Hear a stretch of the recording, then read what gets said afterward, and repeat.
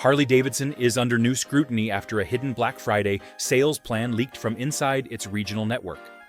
The document, verified by multiple dealership sources, outlines aggressive markdowns, stalled inventory alerts, and urgent directives never meant for the public. What stands out is the tone, unusually pressured, unusually cautious, and far from the confident posture Harley typically brings into the holiday season.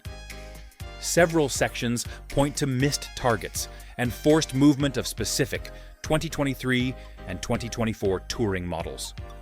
Watch till the end, because the last part of the leak outlines changes that could affect what your Harley is worth, what you should buy, and whether waiting could save you thousands. The leak hits the surface. It started quietly, almost like a rumor whispered across a late-night garage floor, but the shock spread faster than anyone expected. A single file, a single slip, and suddenly, Harley's entire hidden Black Friday plan was out in the wild. Not announced, not teased, leaked.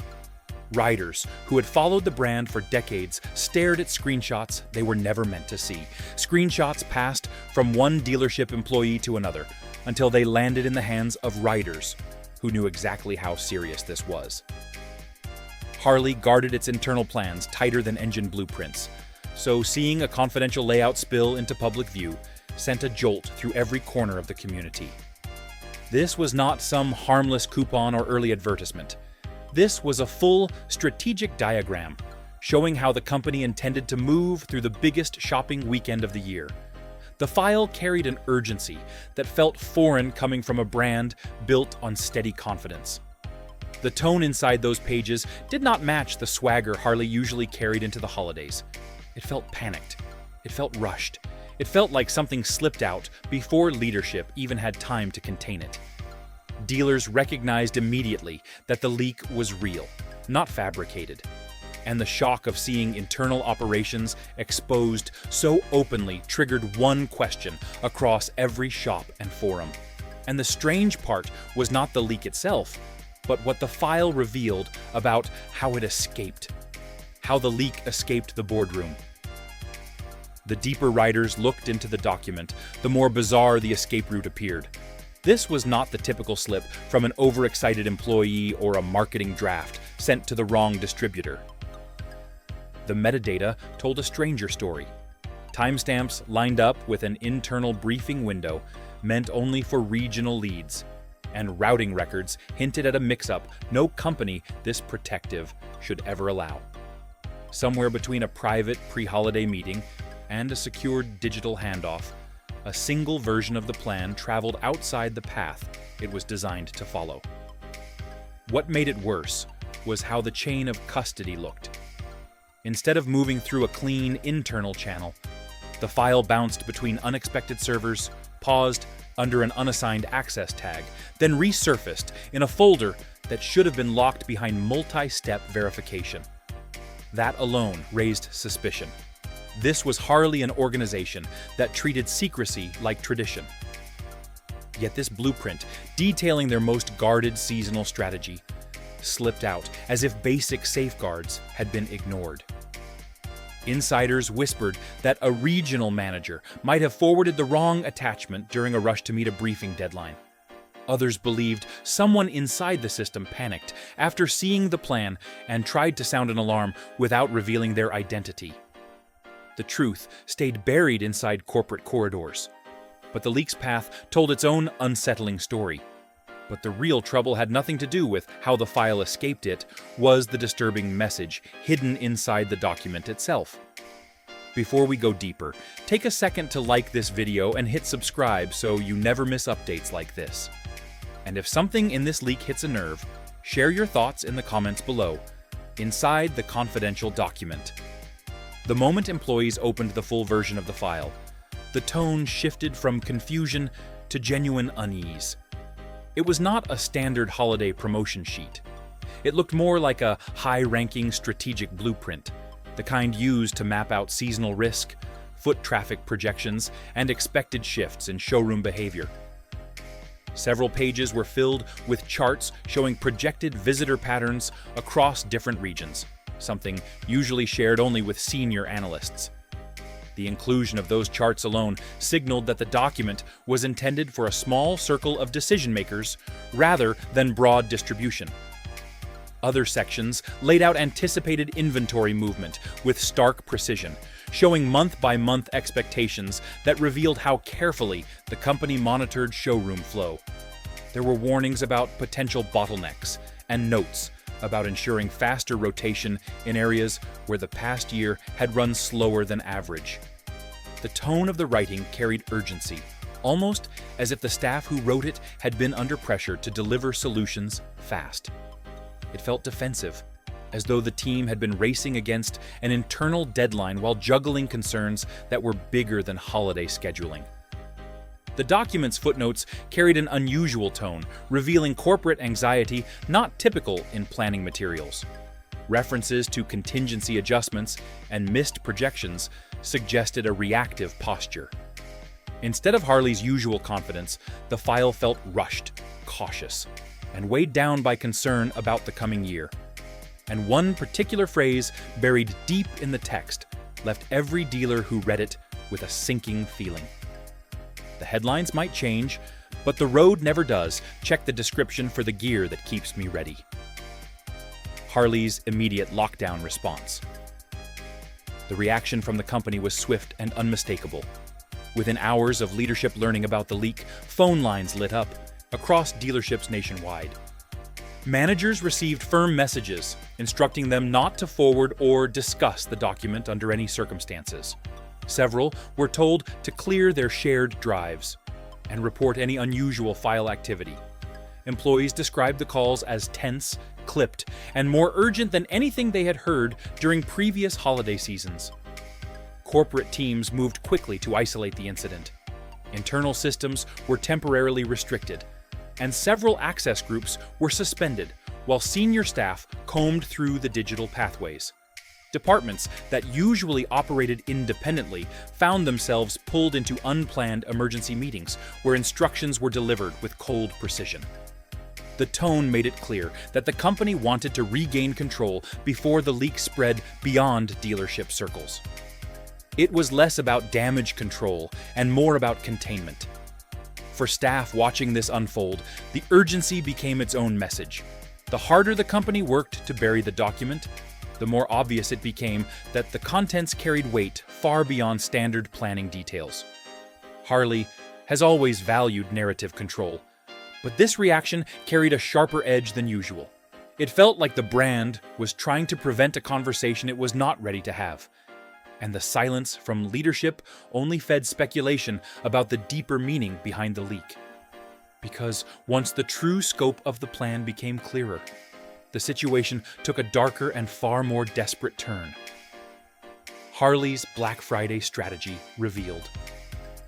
It started with a quiet jolt that carried real weight inside every dealership office. The leaked Black Friday plan spelled out steep cuts on end-of-line models, the kind of markdowns Harley avoided for years because they threatened the aura of exclusivity the brand depended on. Yet here they were, written plainly in the internal playbook. These discounts were not minor incentives or seasonal nudges. They were sizable reductions that signaled a need to clear metal fast, as if older stock had lingered longer than anyone wanted to admit. Inside the document, the formatting left no room for imagination. The reductions were marked as essential moves, paired with language that spoke of urgency rather than excitement. This was not the triumphant limited-time celebration Harley usually pushed during the holiday season. It was a deliberate effort to move inventory before deeper complications surfaced. Leadership framed the approach as a strategic recalibration meant to create momentum, but the tone suggested something more pressing beneath the surface. Dealers who saw the leak recognized the shift instantly. They knew what it meant when a company long known for protecting its price structure decided to introduce broad holiday cuts. They also sensed that the selection of discounted models carried a deeper message, one that hinted at lingering stockroom pressure and a need to refresh floor space ahead of the coming year. But the models chosen revealed a pattern the company never intended riders to decipher. why these models were targeted. The logic behind those targeted models traced back to quiet production decisions that built pressure month after month. Harley spent recent cycles trying to match factory output to shifting seasonal demand. Yet the forecasts slipped enough to create a backlog in specific ranges that dealers recognized immediately. Units expected to move during prime months stayed parked deeper into the calendar, and inventory systems kept feeding machines into the pipeline, even as some showrooms struggled to rotate existing stock. Production planning expected ridership patterns that did not materialize in the way corporate teams hoped.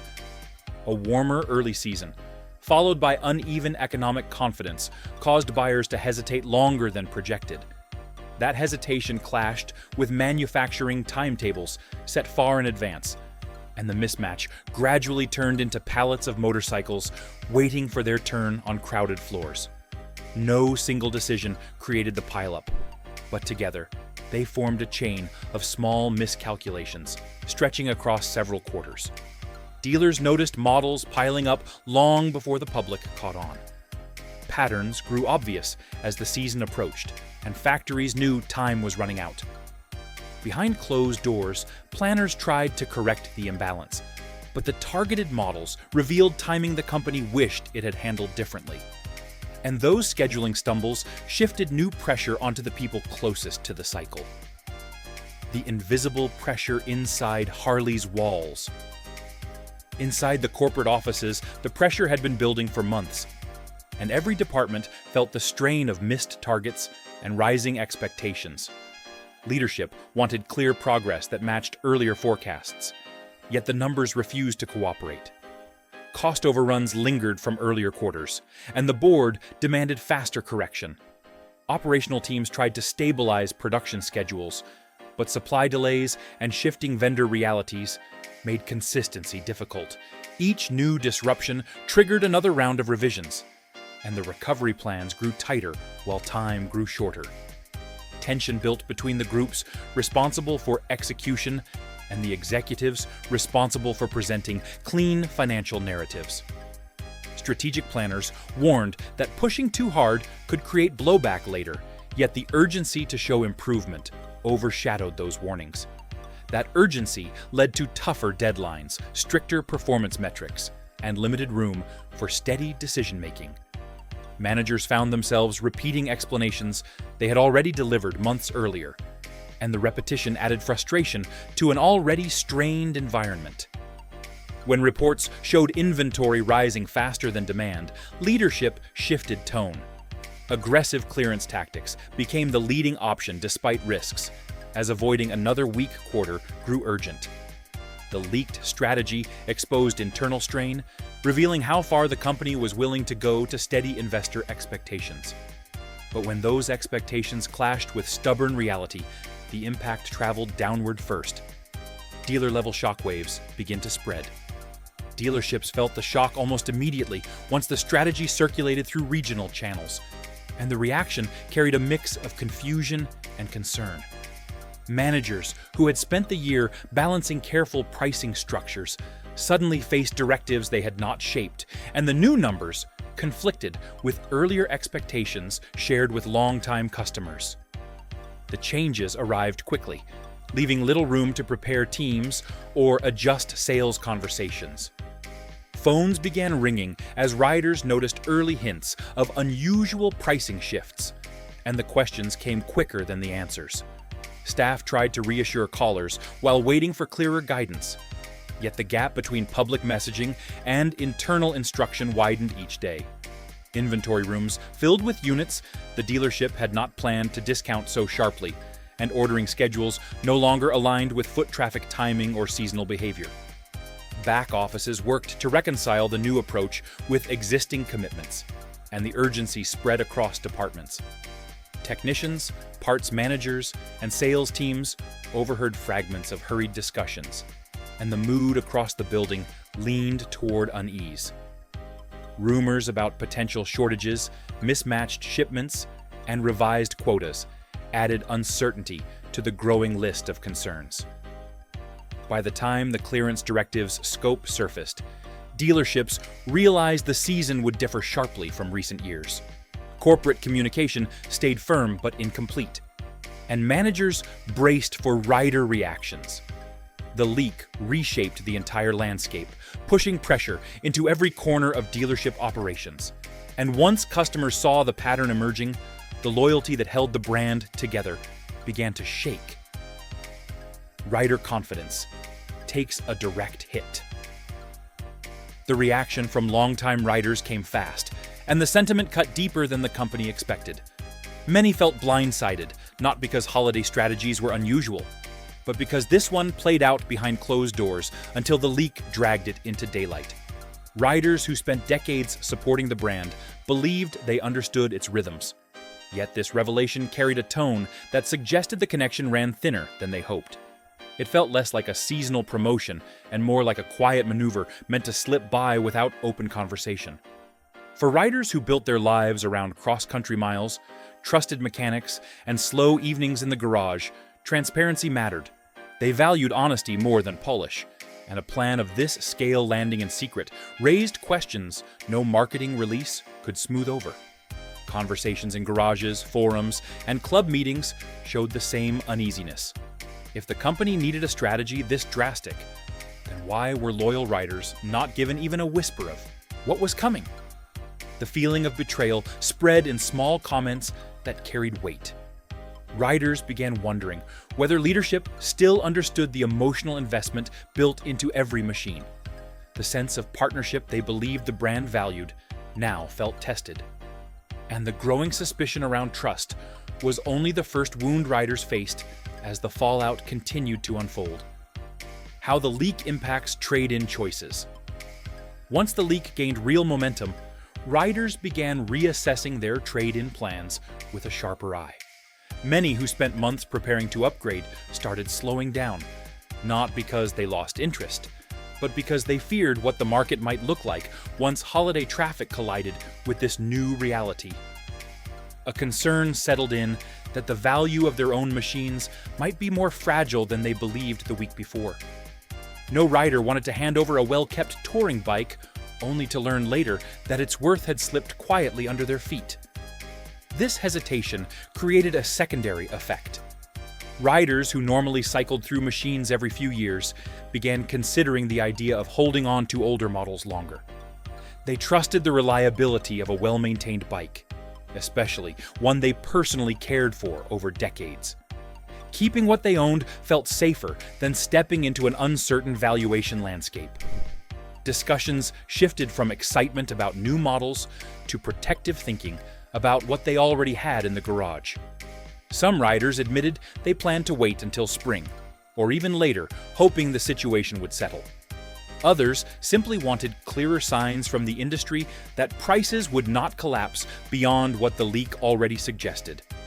For many, patience felt smarter than urgency. And while riders hesitated and recalibrated, small independent shops felt a different kind of pressure begin to squeeze their daily operations. If you found this breakdown worth your time, make sure you subscribe. Bigger reveals, deeper investigations, and more rider-focused reporting are already on the way, and you will want to be here the moment the next story cracks open. Independent shops face their own storm. Independent mechanics and aftermarket shops felt the tremors almost as soon as riders did, though their challenges took a different shape. The holiday season usually brought a steady wave of repairs, upgrades, and quick tune-ups before winter storage or late-season rides. This year, the rhythm shifted. Riders who had planned to refresh their machines suddenly paused, trying to understand what the leaked plan meant for the broader marketplace. Those pauses translated directly into slower walk-in traffic and quieter weekends. Shop owners who relied on consistent year-end activity found themselves adjusting schedules, delaying parts orders, or trimming expectations for the coming months. The uncertainty around spending patterns made it hard to anticipate what riders would choose to prioritize. Some customers who previously committed to accessory installations or cosmetic improvements suddenly asked for delays, unsure whether they should hold on to every dollar until they understood the full picture. Aftermarket retailers felt immediate strain. Holiday inventory stalled, and one leaked strategy from a major manufacturer was enough to disrupt smaller businesses tied to rider habits. Shop owners grew frustrated as corporate decisions far above them created consequences they had no power to prevent. And beneath the changing traffic, parts delays, and confused conversations, something much deeper in the culture started to shift among riders themselves. The shift in American motorcycle culture. The fallout reached a different level when longtime riders began questioning what the brand meant to them culturally, not just financially. For decades, the identity built around the machines carried weight, pride, and a sense of belonging. Riders trusted that the company marched to the same beat as the people who kept the legacy alive. The leak disrupted that rhythm. It forced riders to ask whether leadership still honored the old values that built the culture in the first place. Seasoned touring enthusiasts reflected on earlier years when reliability, fairness, and direct communication mattered more than polished messaging or sudden strategic pivots. They remembered a time when the bond between riders and the factory felt personal, even if imperfect. The modern landscape looked more divided. Younger buyers viewed motorcycles through a different lens, focusing on affordability and immediate utility, while legacy riders viewed them as long-term commitments tied to history and road miles. The divide deepened as riders debated whether Harley could regain its footing or had drifted too far into corporate maneuvering. The leak magnified old tensions, pushing communities to confront the growing gap between tradition and strategy, as riders reflected on what the culture truly meant. But this cultural rift was not the final ripple, because other companies saw a gap forming and moved quickly to take advantage of the moment. Competitors move in, swiftly. The leak had barely settled into rider circles before rival brands began shifting in formation. Indian watched the situation with the precision of a seasoned opponent who understood exactly when to strike. The company had followed Harley's seasonal tendencies for years, but this leak was different. It signaled weakness, hesitation, and disorganization at a moment when riders expected confidence. Indian's marketing departments moved quickly, adjusting their own holiday messaging to emphasize reliability, stability, and clarity, three things Harley riders now questioned more than ever. Triumph took a more subtle approach. Their leadership recognized that not every rider would jump ship over a single misstep. But moments like this created small fractures in loyalty. Triumph leaned into its reputation for consistency and craftsmanship, positioning its machines as the steady alternative for riders who felt blindsided by sudden corporate chaos. Their holiday communications emphasized pride and precision, aiming directly at older riders who valued truth over flash. The Japanese manufacturers reacted with quiet precision, reinforcing the strengths riders already trusted. Honda, Yamaha, and Kawasaki leaned into their reputation for predictable engineering and long-term reliability, messaging that spoke directly to those unsettled by Harley's stumble. None gloated. They simply recognized the opportunity the leak created and moved with calculated intent. And as these rivals positioned themselves, another set of eyes turned toward the situation, the analysts watching every financial tremor ripple through the industry. Analysts sound the alarm. It did not take long for financial analysts to weigh in on the situation. Many of them had followed Harley's strategic decisions closely over the past several years, tracking each move from leadership changes to shifting production schedules. But the leak forced them to confront deeper concerns that had been growing quietly behind the numbers. They questioned whether Harley's internal planning reflected a company focused on long-term health or one scrambling to manage short-term pressures. Reports began circulating that highlighted structural issues beneath the leak itself. Analysts pointed out that the company's margins had been tightening across multiple cycles, and sudden strategic pivots could affect investor confidence. They also noted that holiday periods historically served as performance anchors for motorcycle manufacturers, stabilizing annual revenue against seasonal volatility. A leaked strategy of this scale suggested that the company may have been leaning harder on year-end performance than previously understood. Some analysts warned that Harley's heavy dependence on late-season tactics hinted at deeper instability. The leak signaled more than a breach; it suggested internal stress shaping financial choices. Others saw the hidden clearance strategy as evidence of a widening gap between production forecasts and real demand.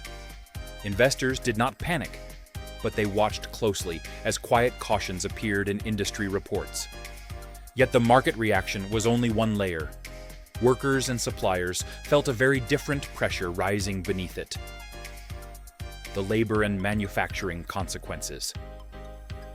While analysts debated financial implications, workers inside Harley's manufacturing ecosystem experienced the fallout in a far more personal way. Factory crews who prided themselves on consistent production rhythms now braced for potential shifts. Their days were shaped by schedules, quotas, and long-standing patterns that kept entire teams balanced. A leak like this created tension because it hinted at changes no one had time to prepare for. Production managers quietly adjusted planning sheets, knowing that holiday outcomes could shape early season schedules. Any shift in demand, positive or negative, changed the cadence of work, overtime expectations, and equipment allocation. Skilled workers accustomed to predictable momentum found themselves wondering whether the seasonal turbulence would echo into the following quarter. Suppliers felt the shock first, sensing Harley's normally steady ordering rhythm slip into uncertainty. A leak of this scale hinted at shifting purchase plans, pushing vendors to slow production rather than gamble on unstable forecasts. On factory floors, quiet fears grew. Even without announced cuts, workers knew corporate missteps often ripple downward. Their livelihoods depended on stability, not secrecy. And when rivals, analysts, and employees all reacted at once, a harsher truth emerged. The company now stood on far shakier ground than anyone expected. What this leak means for Harley's future.